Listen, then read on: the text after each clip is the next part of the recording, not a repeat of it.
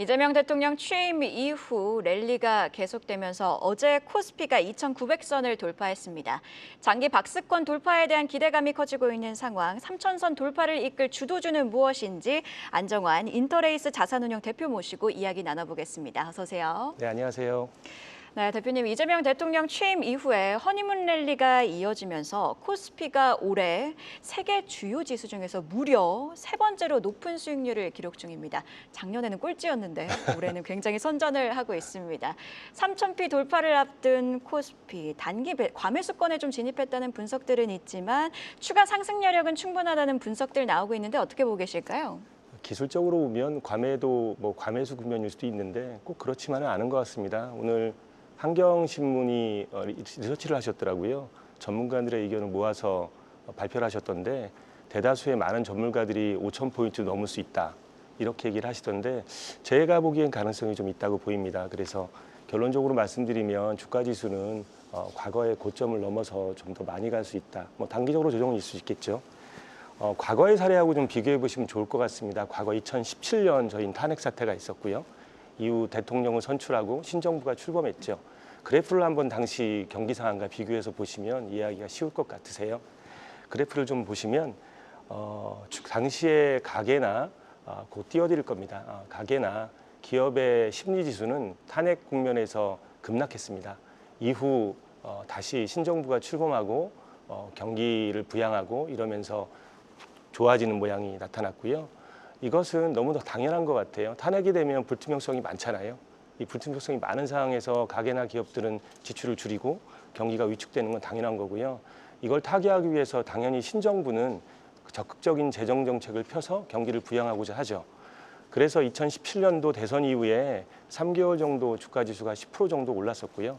현재도 대선 이후에 여러 가지 정책이나 아니면 내수 부양 때문에 주가가 올라가는 것으로 보입니다. 더불어서 이제 살펴보면 신정부의 정책은 4가지 정도로 꼽을 수 있는데요. 무엇보다도 가장 강력하게 보는 것은 적극적으로 재정 정책을 피겠다. 그래서 경기를 부양하겠다라는 거고요. 첫 번째로는 내수 부양, 두 번째로는 증시를 부양하겠다. 세 번째는 산업에 온기를 부어넣어서 주요 산업에 대한 경기를 살리겠다. 네 번째로는 실용 외교를 펼치겠다라고 볼 수 있습니다.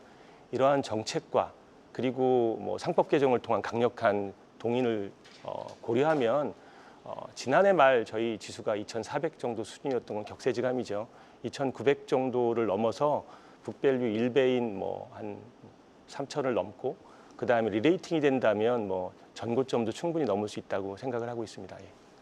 자, 그렇군요. 그러면 이재명 정부의 정책 방향성을 언급을 해주셨습니다. 내수 부양, 증시 부양, 산업 정책, 실용 외교 이렇게 함께 짚어봤고 또 이 중에 중심 중에 하나가 코리아 디스카운트를 해결해줄 마중물 상법 개정안인데 이 상법 개정안 같은 경우에는 13일 선출될 새 지도부에서 논의가 될 예정입니다. 그동안 좀 억눌려 있었던 PBR이 개선이 되면서 국내 증시가 또 한 번 리레이팅 그러니까 업그레이드 될 것이란 기대감들이 큰데요. 상법 개정이 우리 증시 에 갖는 의미와 함께 파급 효과에 대해 설명 부탁드립니다. 질문하신 게 정말 저희한테 맞는가 하는 게 격세지감인데 리레이팅이란 말은 주목하셔야 할 대목입니다.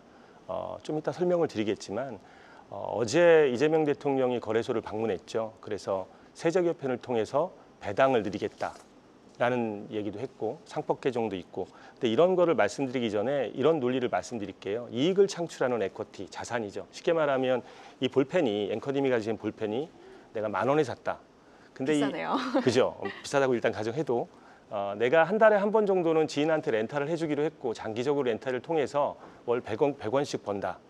그러면 1년이면 1,200원이 되겠죠. 이 1,200원에 나한테 수익을 가져주는 에쿼티가 되잖아요. 10,000원의 플러스 수익이 있기 때문에 이건 10,000원 이상의 가치가 있다는 프리미엄을 받는 밸류에이션이라고 볼 수 있고요. 주식시장에 주식을 상장하는 대부분의 이유는 이 프리미엄 밸류에이션으로 자본을 조달하고자 하는 니드가 있는 거죠. 하지만 안타깝게 국내 시장에서는 좋은 자산과 안정적인 수익을 내매도 불구하고 북밸류가 0.5배 내외에서 거래되는 기업들이 다수가 있는 게 현실이고요. 정부에서는 이런 거를 구조적으로 개혁하겠다는 의지를 최근에 많이 보이고 있죠. 이렇게 쉽게 설명 다시 한번 드려볼게요. 기업이 100억을 법니다. 그럼 멀티플이 10배, PER을 10배를 준다면 1,000억짜리 회사가 되겠죠. 마켓캡이라고 하는 게. 근데 200억을 벌면 뭐 경기가 좋아져서 2천억짜리 회사가 되는 거죠. 이건 달라진 게 없는 겁니다. 이익이 좋아지고 밸류에이션 한 경우는 그대로인 거죠. 그렇지만 이 기업의 내용이 틀려져서 우리가 똑같은 100억이지만 이거는 높게 평가해야 된다고 생각하면 100억이 멀티플이 20배가 되면 2천억이 되는 거잖아요. 마찬가지입니다. 국내에서는 지금 벌어지는 많은 논쟁들이 리레이팅이 된다면 똑같은 이익을 내도 우리한테 배당을 많이 가져다 두고 주주들의 의결권을 많이 참여하게 해준다면 국내 주가 지수는 리레이팅이 돼서 3천이 아닌 4천, 5천도 갈 수 있다고 보는 게 시장의 기대고요. 저도 많이 동의합니다. 차트를 한번 띄워주시면 제가 보여드린 차트에 우리나라의 PBR 이 글로벌하고 비교된 게 있습니다. 한국은 유독 뭐 1배 미만, 아직도 1배 미만이죠. 현재 이렇게 올라왔어도 미국은 4배 이상인데요. ROE를 한번 보시면 ROE하고 비교되는 건데 ROE가 한 10%가 좀 넘습니다. 전엔 높았고 낮고 하지만 여전히 10%를 넘고 있고요. PBR보다는 많이 차이 나죠. 다음 차트를 보시면 배당에 대한 차트를 제가 보여드리겠습니다. 배당에 대한 차트 보면 우리나라의 배당 성향은 30% 이하입니다. 사실은 26에서 28 정도 되고 한때는 중국도 30을 넘었기 때문에 최하위권이라고 볼 수 있고요. 반대로 발행 주식수의 변화를 보면 중상위권에 있습니다. 쉽게 말하면 주식은 많이 찍어낼 수도 있고 배당은 별로 안 준다는 얘기로 해석할 수 있죠. 이런 것들을 고친다고 해서 단기간에 모든 게 반영되지는 않겠지만 장기적으로는 시장의 질을 바꾸겠죠. 이런 측면에서 현 신정부는 제도 개선을 추진하고 있습니다. 여러 가지 제도 개선 중에 상법 개정이 있고요. 상법 개정에는 무엇보다도 이사에 많이 들으셨겠지만 주주에 대한 충실 의무, 근데 더 주목해야 될 것은 집중투표제와 감사 선임을 확대하고 3% 룰 적용을 확대하는 이런 법안들이 많이 들어가 있는데요. 전자주총을 포함해서 기업들 입장에서는 되게 부담스러운 법이고요. 투자자 입장에서는 아주 긍정적인 법이라고 볼 수 있습니다. 그래서 이런 법들이 순차적으로 한 번에 할 것이라고 기대하지는 않아요. 법이 많이 계류되어 있기 때문에 순차적으로 적용이 된다면 아마 주식시장도 환호할 것이고 이런 구조 개선에 맞춰서 디스카운트 요인도 거의 해소될 거다 이렇게 볼 수 있고요. 마지막 표에는 집중투표제에서 한번 올려놨습니다. 생소하신 단어실 것 같아서 집중투표제란 이런 겁니다. 내가 가진 소액주주의 표를 고르게 1대1로 쓰는 게 아니고 한 군데에 몰아서 투표할 수 있는 거라 대주주가 추진한 여러 가지 정책 중에 내가 한 가지를 취사 선택해서 통과시킬 수 있는, 그러니까 대주주 입장에서 상당히 부담되지만 주주가 견제하는 데서는 되게 효용적인 법이죠. 논란이 있을 것 같은데 시간을 두고 지켜봐야겠죠. 어쨌든 리레이팅이 될 가능성은 상당히 높다고 보입니다. 사실 좀 헷갈렸던 이슈인데 굉장히 쉽게 설명을 해주셨습니다. 자, 그렇다면 새 정부 정책과 관련해서 우리 시장을 주도하고 있는 업종들을 하나씩 체크해 보도록 할 텐데 먼저 증권주 지수사 짚어보도록 하겠습니다. 자본시장 활성화가 새 정부의 주요 정책으로 부상을 하게 되면서 당분간 수급 쏠림은 계속될 것으로 보이는 상황인데요. 이제는 선별적 대응이 필요하지 않나 싶습니다. 옥석을 가릴 때는 어떤 기준을 가지고 선별해야 될까요? 기본적으로 현재 진행되는 패턴으로 보면 수익성은 원래 우리가 있는 회사였기 때문에 자산 가치를 좀 더 봐야 되지 않을까 당분간은 싶고요. 기본적으로 증권사나 아니면 지주사들이 최근에 많이 올라간 것도 이런 패턴으로 올라간 것 같아요. 증권사 같은 경우에는 지수가 많이 오르면 당연히 P나 Q인 거래량과 거래대금이 증가하니까 좋을 거고요. 지주사는 전통적인 저평가된 자산주였기 때문에 이 기업들에 대한 경영권의 견제가 이루어지는 상법이 개정된다면 두 가지가 맞물려서 주가가 많이 올라갈 수 있고, 입법 과정에 있어서 이런 기업들의 주가는 출렁임이 있겠지만 더 좋아질 거란 기대가 좀 있습니다. 자, 지금 기대감이 있다는 내용 네. 강조를 해주셨습니다.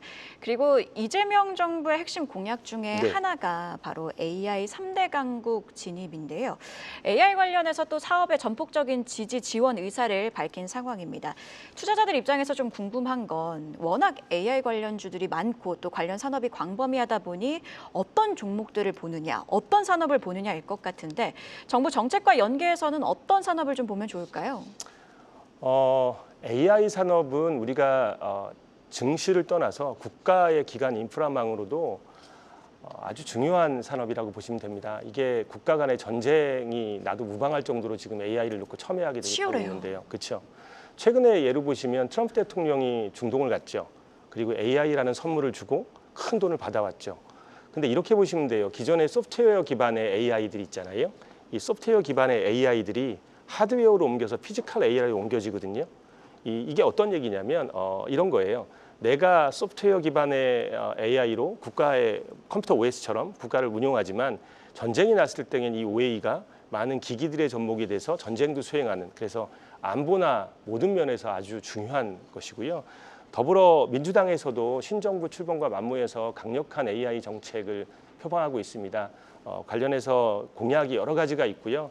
표로 정리해놨는데 띄워주시면 볼 수 있게 하겠습니다. 그리고 이 새로이 신정부가 들어오면서 AI부를 신설했거든요. 이거는 이런 얘기예요. 앞으로 AI를 독립적으로 많이 키우겠다, 이런 얘기고요. 관련한 종목들의 입법과 재정 지원이 이루어질 것이고 이런 지원들이 관련 종목들 전반에 훈기를 불어넣을 건데 한번 이걸 보시면 될 것 같아요. 좀 전에 화면이 띄어 있지만 우리나라 그럼 과거 AI 투자액은 어떻게 됐느냐. 화면을 보시면 우리나라는 미국의 1% 수준밖에 안 됩니다. 많이 적네요. 이거 1%라는 건 우리나라 GDP 차이로 비교해봐도 너무 낮죠. 우리나라가 IT 강국인데. 그리고 뭐 GPU라고 하는 AI 꼭 필요한 하드웨어 기반도 거의 없습니다. 우리나라는.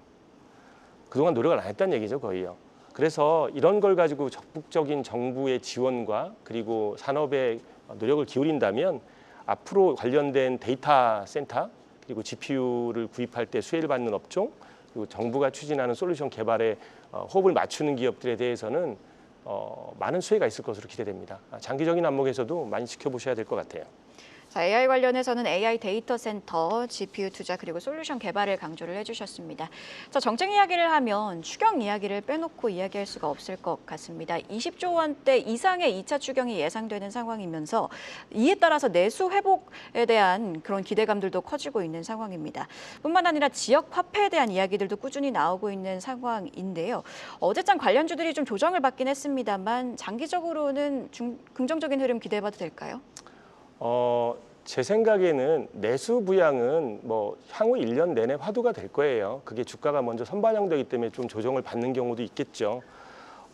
먼저 그래프를 한번 보실까요? 최근에 우리가 왜 내수를 부양해야 된다는 게 하는지. 여기 보시면 밑에 가계 평균 소비 성향이라고 있죠. 이 그래프를 보시면 소비 성향이 계속 낮아지고 있습니다. 성향도 낮아지고 있고 전체적인 파이인 소득 자체도 낮아지고 있어요. 이 얘기는 이게 구조적으로 문제가 좀 있다는 얘기예요. 그럼 이걸 부스트업을 하려면 정부가 어느 정도의 재정 정책을 적극적으로 펴서 심리도 개선시키고 실제로 소득도 늘려줘야 된다는 얘기죠. 그래서 최근에 뭐 이재명 정부가 출범하면서 25만 원씩을 지급한다든지 지역 화폐를 준다는 것도 직접적인 부스터샷을 놔주겠다는 얘기거든요. 이게 뭐 기업 심리나 소득이 같이 좋아지면 내수 부양이 될 거고요. 2차 추경에 대해서 지금 빠르게 논의하고 있죠. 2차 추경을 속도전을 내고 있고 금액도 20조 이상으로 지금 추진하고 있죠. 이 정도 금액이면 부스트를 하기에 충분한 금액이 될 수 있을지 모르겠지만 영향은 있을 거고요. 지역 화폐에 대해서는 결국엔 디지털 플랫폼이 될 거고 이 디지털 화폐에 대한 정부 정책이 곧 나올 것으로 기대를 하고 있는데 시장에서는요. 이 또한 단기적으로 많이 올랐지만 장기적으로 입법이 되면서 주가 또한 촉매가 될 것으로 생각하고 있습니다. 자, 이번에는 중국 관련 업종 이야기도 한번 해보도록 하겠습니다. 에이펙 정상회의 관련해서 올해는 우리가 의장국을 맡게 되고 내년에는 중국이 의장국을 맡게 되는데요. 그렇다 보니까 양국 간 협력 필요성에 대한 중요성들이 부각이 되고 있는 상황입니다.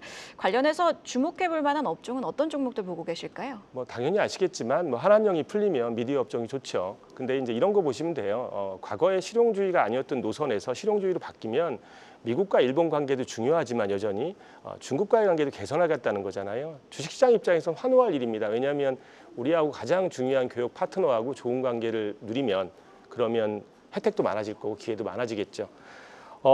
한국인이 지금 무비자 입국으로 중국이 허락한 상태고 아마 3분기에 우리나라도 그런 정책을 펼칠 것 같은데 교류가 많아지고 중국에 우리나라 방문이 많아지면 여러 가지 기업들의 수혜가 많을 거고요. 다만 중국의 내수가 좋지 않아서 선택적으로 잘 보셔야 될 것 같습니다. 예. 자, 선택적으로 잘 볼 필요가 있다 이런 이야기 강조를 해주셨습니다.